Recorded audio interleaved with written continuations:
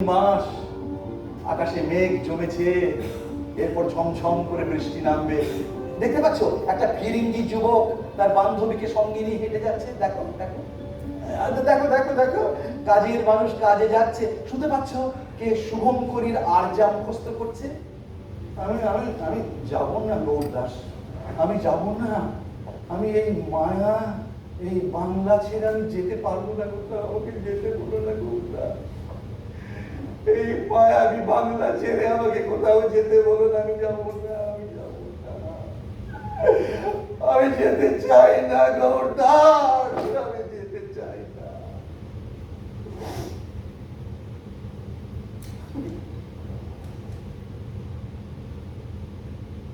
আমাকে সর্বতভাবে বঞ্চনা করা হয়েছে।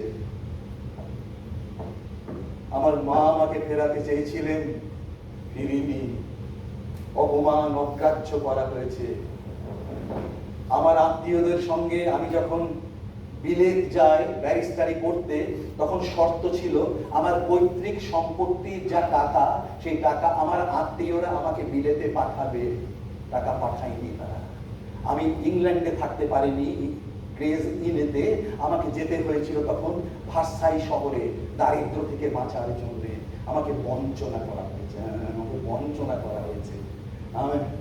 আমি কলকাতা আদালতে যে চাকরি করতাম, কলকাতা আদালতে যে কাজ, এবং ব্যারিস্টার হিসেবে যখন আমি প্রতিষ্ঠা পাচ্ছি, তখন আমাকে বয়কট করা হলো।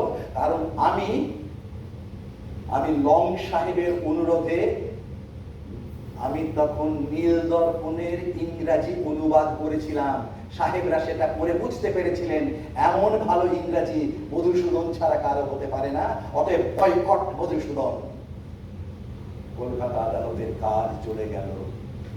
কোচবিহারে রাজার কাছে সামান্য চাকরি একটা পেয়েছিলাম, বঞ্চিত হলাম সেখান থেকে, বঞ্চিত হলাম। পঞ্চকোটে রাজার কাছে একটা চাকরি, তাকে তোষামোদ করতাম, আমাকে বাঁচাও সন্তানদের। সে চাকরি তিনি দেননি। বর্ধমানের মহানুভব মহারাজা, তাকে বলেছিলাম যে কোনো একটা চাকরি দিন, একটা চাকরি যে কোনো আমাকে দিন, আমার উপবাসী পুত্র কন্যাদের বাঁচান, আমাকে বাঁচাতে হবে না। চিঠির উত্তর পর্যন্ত দেননি বর্ধমানের মহারাজা, মহামান্য রাজা। এত বঞ্চনা করা হয়েছে আমাকে। আমার মনে পড়ে যায় একদিকে সেই ইটালির সভাকক্ষ, দান্তের 500 বছর পূর্তি আমি প্রথম কাব্য লিখেছিলাম। সেদিন হিয়ার হিয়ার ভিক্টর ইমানুয়েল, সেদিনকে রোমে ইটালির রাজা বলছেন হিয়ার হিয়ার মধুসূদন। এত তার পাশাপাশি ওইসব পাওনাদার গুলো যারা যারা বারাঙ্গনা পল্লী থেকে উঠে এসে আমাকে কদর্য ভাষায় গালাগালি দেয়, তা শুনতে হচ্ছে আমাকে। কি পেয়েছি, কি চেয়েছিলাম? রুশিলা বাসবত্রাস, গম্ভীরে যেমতি, নিশীথে অম্বরে মন্দ্রে জীবতেন্দ্র কবি, কহিলা বীরেন্দ্র বলি, ধর্ম পথগামী হে রাক্ষস রাজানুজ, বিখ্যাত জগতে তুমি কোন ধর্ম মতে কহ দাসে শুনি, জ্ঞাতিত্ব ভ্রাতৃত্ব জাতি এ সকলে দিলা জলাঞ্জলি। শাস্ত্রে বলে গুণবান যদি পরজন, গুণহীন স্বজন, তথাপি নির্গুণ স্বজন শ্রেয় পরস্পর সদা। এই শিক্ষা হে রক্ষবর কোথায় শিখিলে, কিন্তু বৃথা গুঞ্জিত মা হেন সহবাসে, হে পিতৃব্য বর্বরতা কেন না শিখিবে, গতি যার নিঃসহ নিঃসেতুর্মতি। এত এত কষ্ট আমাকে দেওয়া হয়েছে। কি আশা করেছিলাম, কি পেয়েছি, আশার ছলনে ভুলি, কি ফল লোভিনু হয়, তাই ভাবি মনে জীবনে প্রবাহ বহি, কাল সিন্ধু পানে দায় ফিরাবো কেমন। এই এই এই প্রাপ্য ছিল।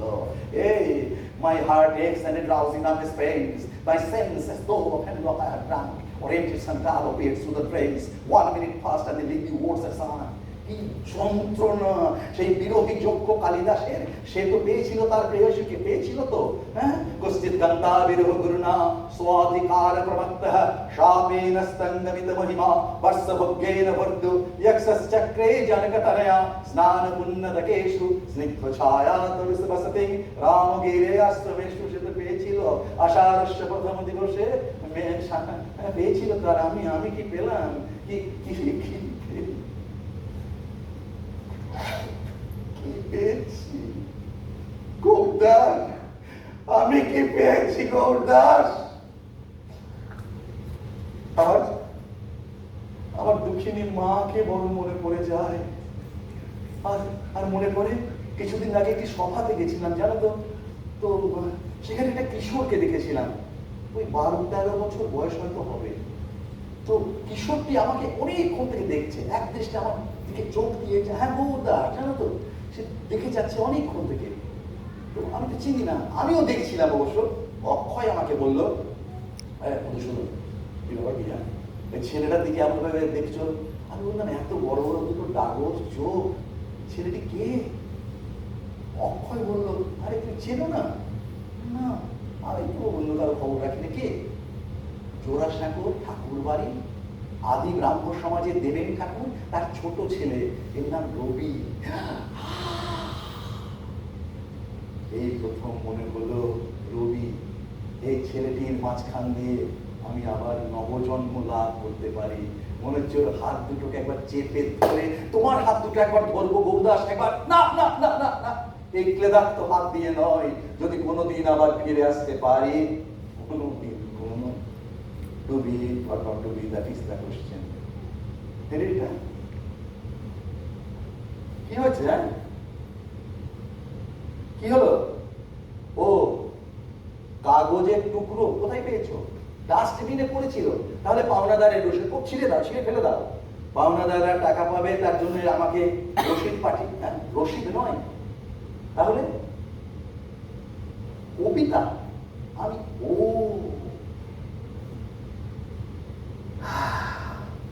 মনমোহন এসেছিল, আমাকে একটি কথা দিয়ে গিয়েছিল, দেখো মধু, আমার ছেলেরা যদি খেতে পায়, আমি দায়িত্ব নিচ্ছি, তোমার ছেলেরাও খেতে পাবে, দায়িত্ব নিয়ে খেতে দেবো।